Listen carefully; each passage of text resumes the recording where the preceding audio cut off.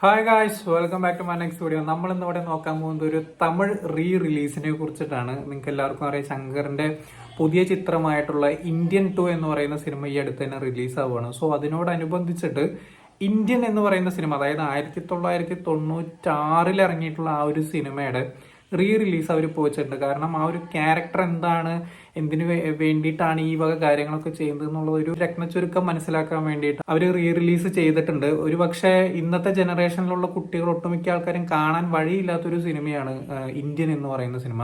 ചിലപ്പോൾ ചിലവർ യൂട്യൂബിലോ അല്ലെങ്കിൽ ഫോണിലൊക്കെ കണ്ടു പരിചയമുള്ളവരുണ്ടായിരിക്കും. പക്ഷെ എന്നെ സംബന്ധിച്ചിടത്തോളം ഞാൻ കണ്ടിട്ടുള്ള സിനിമയാണ്. പക്ഷെ തിയേറ്ററിൽ അനുഭവിക്കുക എന്ന് പറയുന്ന ആ ഒരു സംഭവം ഉണ്ടല്ലോ, എസ്പെഷ്യലി അതിലത്തെ പാട്ടുകൾ കേൾക്കാൻ വേണ്ടിയിട്ടാണ് ഞാൻ ഈ ഒരു സിനിമ റിലീസിന് വീണ്ടും ഞാൻ പോയിട്ടുണ്ടായിരുന്നത്. ഇതിനു മുമ്പ് കമലഹാസന്റെ വേട്ടയാട് വിളയാട് എന്ന് പറഞ്ഞ സിനിമ റിലീസ് ചെയ്തിട്ടുണ്ടായിരുന്നു. അതൊരു ഗംഭീര എക്സ്പീരിയൻസ് ആയിരുന്നു. ഇത് ടോട്ടലി ഒരു ശങ്കർ പടം എന്ന് വിശേഷിപ്പിക്കാവുന്ന തരത്തിൽ അന്നേ ഒരു എന്താ പറയുക, ഇൻഡസ്ട്രിയൽ ഹിറ്റ് എന്നോ എങ്ങനെ വേണമെങ്കിലും വിളിക്കാൻ പറ്റുന്ന തരത്തിലുള്ള ഒരു ഹിറ്റ് അടിച്ചിട്ടുള്ള ഒരു സിനിമയായിരുന്നു ഇന്ത്യൻ എന്ന് പറയുന്നത്. ഒരുപാട് അവാർഡുകൾ വാരിക്കൂട്ടി. കമലഹാസന്റെ ആ മേക്ക് ഓവർ തന്നെ ഒരു ഗംഭീരമായിട്ടുള്ള ഒരു ചർച്ചാ വിഷയമായിട്ട് മാറിയിട്ടുണ്ടായിരുന്ന ഒരു സിനിമയായിരുന്നു ഇന്ത്യൻ എന്ന് പറയുന്നത്. അതും അന്തകാലത്ത് കേട്ടോ. അതുപോലെ തന്നെ അതിൽ സോങ്സിൽ ഉപയോഗിച്ചിരിക്കുന്ന ഗ്രാഫിക്സ് ആണെങ്കിലും ബാക്കിയുള്ള കാര്യങ്ങളാണെങ്കിലും എല്ലാ കാര്യങ്ങളും ഭയങ്കര രീതിയിൽ ചർച്ചാ വിഷയമായിട്ടുണ്ടായിരുന്ന ഒരു സിനിമയാണ്. ഇപ്പൊ ശങ്കറിന്റെ പടങ്ങൾ എടുത്താൽ തന്നെ മനസ്സിലാവും. ജെന്റിൽമാൻ ആയാലും അതുപോലെ തന്നെ ഇന്ത്യൻ ആയി കഴിഞ്ഞാലും അതുപോലെ തന്നെ മുതൽവനായി കഴിഞ്ഞാലും മഞ്ഞനായി കഴിഞ്ഞാലും എല്ലാം ഏതൊരു പടം എടുത്തു കഴിഞ്ഞാലും അതിനൊരു പൊളിറ്റിക്സ് ഉണ്ടാവുമായിരിക്കും. ഇതിനകത്ത് പറയുന്നത് എന്താ, ലഞ്ചം വാങ്ങുക, അതായത് കൈക്കൂലി, ആ ഒരു പരിപാടിയെ കുറിച്ചിട്ടാണ് ഈ ഒരു സിനിമ സംസാരിക്കുന്നതൊക്കെ. ഈ ഒരു സിനിമയെ കുറിച്ച് വിശദീകരിക്കേണ്ട കാര്യമുണ്ടെന്ന് തോന്നുന്നില്ല. ഞാൻ ഈ ഒരു വീഡിയോയിൽ പറയുന്നത് എൻ്റെ ഒരു എക്സ്പീരിയൻസ് ആണ്. എസ്പെഷ്യലി സോങ്സിന്റെ എക്സ്പീരിയൻസ്, അത് തിയേറ്ററിൽ നിന്ന് കേൾക്കുന്ന സമയത്തുണ്ടായിരുന്ന ആ ഒരു എക്സ്പീരിയൻസ്, അതുപോലെ തന്നെ ഈ ഒരു സിനിമയുടെ വിഷ്വൽസിന് കൊടുത്തിട്ടുള്ള അവരൊരു വിഷ്വൽ ഒരുപാട് നല്ല രീതിയിൽ ചേഞ്ച് വരുത്തിയിട്ട്, മീൻസ് ക്ലാരിറ്റിയിൽ വ്യത്യാസം വരുത്തി 4K ചെയ്തിട്ടൊക്കെയാണ് അവർ ഇറക്കിയിട്ടുണ്ടായിരുന്നത്. അപ്പം അത് ആ വലിയ സ്ക്രീനിൽ കാണുന്ന സമയത്ത് നമുക്കൊരു ഡിസ്റ്റർബൻസ് ഒന്നും തോന്നിയിട്ടുണ്ടായിരുന്നില്ല. അതുപോലെ തന്നെ ആ ഒരു കാര്യത്തിൽ നല്ല രീതിയിൽ വ്യത്യാസം വരുത്തിയിട്ടുണ്ടാവില്ല. എനിക്ക് ഭയങ്കര രീതിയിൽ ഇഷ്ടപ്പെട്ടു. കാരണം നമുക്കത് ബോറടിക്കാതിരുന്ന് കാണാൻ പറ്റും. അത്രയും, ഒന്നാമത് ഈ പടം 3-3.25 മണിക്കൂറിനടുത്തുണ്ട് ഈ ഒരു സിനിമയുടെ റണ്ണിങ് ടൈം എന്ന് പറയുന്നത്. AR റഹ്മാന്റെ മാജിക് അത് ഈ സിനിമയിൽ, അത് തിയേറ്ററിൽ നിന്ന് കേൾക്കുമ്പോൾ, ഞാൻ നേരത്തെ പറഞ്ഞു വേട്ടയാട് വിളയാടിൽ ഹാരിസ് ജയരാജിന്റെ മാജിക് ഇംപ്രസ് ചെയ്യിച്ചൊരു സംഭവമായിരുന്നു. കാരണം അത് തിയേറ്ററിൽ നിന്ന് കേൾക്കുമ്പോൾ അത്തരത്തിലൊരു വൈബ് ഉണ്ടാവും. ഈ ഒരു സിനിമയ്ക്കകത്തും അതുപോലെ തന്നെ ആദ്യം അക്കട നാങ്ക എന്ന് പറയുന്ന ആ ഒരു സോങ്, അതുപോലെ തന്നെ ടെലിഫോൺ മണിപ്പോൾ എന്ന് പറയുന്ന ആ ഒരു സോങ്, അതുപോലെ മായ മച്ചിൻഡ്ര എന്ന് പറയുന്ന ആ ഒരു സോങ് ഒക്കെ, അതിന്റെ സറൗണ്ടിങ്സ് ഒക്കെ കേൾക്കാൻ എന്ത് രസമാണെന്ന് അറിയോ എൻ്റെ അമ്മേ. ഓരോ മൈന്യൂട്ടായിട്ടുള്ള സാധനങ്ങൾ AR റഹ്മാൻ ഇതിൽ ഉപയോഗിച്ചിട്ടുണ്ട്. ചിലപ്പോൾ അത് നിങ്ങൾക്ക് ഫോണിലൊക്കെ കാണുന്ന സമയത്തൊക്കെ ഭയങ്കരമായിട്ട് മിസ്സാവും. തിയേറ്ററിലിരുന്ന് കേൾക്കുന്ന സമയത്തൊക്കെ അത് അനുഭവിച്ചറിയാന്ന് പറയുന്നത് ഒരു വേറെ ടൈപ്പ് ഫീലാണ്. എസ്പെഷ്യലി സോങ്സ് ഒക്കെ ഇഷ്ടപ്പെടുന്ന ആൾക്കാരാണ് നിങ്ങളെന്നുണ്ടെങ്കിൽ ആ ഒരു കാലത്ത് ഇന്ന റേഞ്ചിലുള്ള സാധനങ്ങളൊക്കെ ചെയ്തു വെച്ച് ഇപ്പോഴും ഒരു ഫ്രഷ് ഫീല് നൽകുന്നുണ്ടെന്നുണ്ടെങ്കിൽ അതാണ് AR റഹ്മാൻ എന്ന് പറയുന്ന ആ ഒരു പവർ സ്റ്റാർ, അങ്ങനെ വേണം വിശേഷിപ്പിക്കാൻ. പിന്നെ എനിക്കൊരു കാര്യം സംസാരിക്കാൻ തോന്നിയിട്ടുള്ളത്, ഈ ഒരു സിനിമയുടെ എന്താ പറയുക, ലെങ്ത് 3 മണിക്കൂറുണ്ട്. പക്ഷെ ഞാനത് ഇപ്പോൾ കണ്ടപ്പോൾ എനിക്ക് ബോറടിച്ചിട്ടില്ല എന്നുള്ളതാണ്. ഇപ്പോഴും ഞാൻ ഒരുപാട് സിനിമകളിൽ ഒരുപാട് ആൾക്കാർ പറയുന്നത് കേട്ടിട്ടുണ്ട്, ലാഗ് ഫീൽ ചെയ്യുന്നു, അതായത് ഒരു ഫ്ലാഷ് ബാക്ക് പോയിന്റോ അല്ലെങ്കിൽ ഈവൻ ഞാനടക്കം പറഞ്ഞിട്ടുണ്ടാവും കേട്ടോ, ഞാൻ ലാഗ് ഫീൽ ചെയ്യുന്നുണ്ട് എന്നൊക്കെ പറഞ്ഞിട്ടുണ്ടാവും. അതായത് ഒരു ഫ്ലാഷ് ബാക്ക് പോയിന്റ് കാണിക്കുന്ന സമയത്ത് അല്ലെങ്കിൽ ആ ഒരു സ്റ്റോറി ലൈൻ കുറച്ചങ്ങോട്ട് എന്താ പറയുക ഇൻഡെപ്തിലേക്ക് പോകുന്ന സമയത്ത് നമുക്ക് പലർക്കും പല സമയത്തായിട്ട് തോന്നുന്ന ഒരു സംഭവമാണത്. അത് ഞാൻ തന്നെ പല സമയത്തും പറഞ്ഞിട്ടുണ്ട്. പക്ഷേ ഈ ഒരു സിനിമയ്ക്കകത്ത് സേനാപതി എന്ന് പറയുന്ന ആ ഒരു ക്യാരക്ടറിന്റെ 2 ഫ്ലാഷ് ബാക്ക് കാണിക്കുന്നുണ്ട്. 2 ഫ്ലാഷ് ബാക്ക് എന്ന് പറഞ്ഞാൽ അത്യാവശ്യം ലെങ്ത് ഉള്ള ഫ്ലാഷ് ബാക്ക്.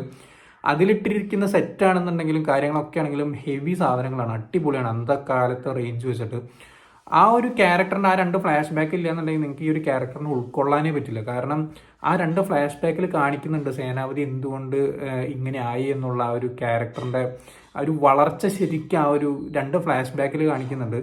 അത് എഴുത്തിന്റെ വലിയൊരു ഗുണമായിട്ടാണ് എനിക്ക് തോന്നിയിട്ടുള്ളത്. അതുപോലെ തന്നെ കോമഡി സീൻസ് ആണെങ്കിലും എനിക്കിപ്പോൾ കാണുമ്പോൾ എനിക്കൊരു 90% സീൻസും എനിക്ക് ഭയങ്കര രീതിയിൽ ഇഷ്ടപ്പെട്ടു എന്നുള്ളത്. എസ്പെഷ്യലി കമലഹാസന്റെ ഓരോ ടൈമിംഗ് നമ്പേഴ്സ് ഉണ്ട്, എൻ്റെ അമ്മ, അത് ഒരു രക്ഷയില്ല, അടിപൊളിയായിട്ട്. ഞാനിപ്പോൾ കാണുമ്പോൾ ഇരുന്ന് ചിരിച്ചിട്ടുള്ള സാധനം. ഞാൻ അറൗണ്ട് ഒരു 10 വർഷമൊക്കെ ഉണ്ടാവും ഈ ഒരു സിനിമ ഇതിന് മുമ്പ് കണ്ടിട്ട്. അല്ലെങ്കിൽ എന്താ പറയുക, ചിലപ്പോൾ ഇടയ്ക്കൊക്കെ ഓരോ സീനുകൾ കണ്ടിട്ടുണ്ട് എന്നുള്ളതല്ലാതെ ഞാൻ ഒരു ഫുൾ ലെങ്ത്തിൽ ഞാൻ ഇരുന്ന് കണ്ടിട്ടില്ല. ഈ ഒരു 10 വർഷം എന്തായാലും ആയിട്ടുണ്ടാവും. സോ അതുകൊണ്ട് തന്നെ എനിക്കൊരു ഫ്രഷ് ഫീലും ഈ ഒരു സിനിമയിൽ നിന്ന് കിട്ടിയെന്നുള്ളതാണ്. പിന്നെ ഒരുപാട് എനിക്ക് അന്യൻ എന്ന് പറയുന്ന സിനിമയായിട്ട് കുറേ കണക്ഷൻ തോന്നിയിട്ടുണ്ടായിരുന്നു. ഒറ്റ സ്ട്രെച്ചിലിരുന്ന് കാണുമ്പോൾ, അതായത് വേറൊരു വേർഷൻ, അതായത് ഇന്ത്യൻ എന്ന് പറയുന്ന സിനിമയുടെ വേറൊരു വേർഷനാണ് അന്യൻ എന്ന് പറയുന്നത്. ക്യാരക്ടേഴ്സിൽ കുറച്ച് വ്യത്യാസങ്ങൾ വരുത്തിയിട്ട് ഇന്നത്തെ കാലത്ത് എടുത്തു വെച്ചിട്ടുള്ള ഒരു സിനിമ അന്യൻ എന്ന് പറയുന്നത്. പിന്നെ എനിക്ക് എടുത്തു പറയാൻ തോന്നിയിട്ടുള്ള ഒരു ഡീറ്റെയിലിംഗ് എന്ന് പറഞ്ഞാൽ, അതായത് ഇതിൽ പറയുന്നുണ്ട് കമലഹാസൻ മകന് വേണ്ടിയിട്ടാണ് മീശ എടുക്കുന്നത്. അതായത് കുട്ടിക്കാലത്ത് മകന് ഉമ്മ കൊടുക്കുന്ന സമയത്ത് മീശ കൊള്ളുന്നു, വേദനിക്കുന്നു എന്ന് പറയുന്ന സമയത്താണ് അയാൾ ക്ലീൻ ഷേവ് ചെയ്യുന്നത്.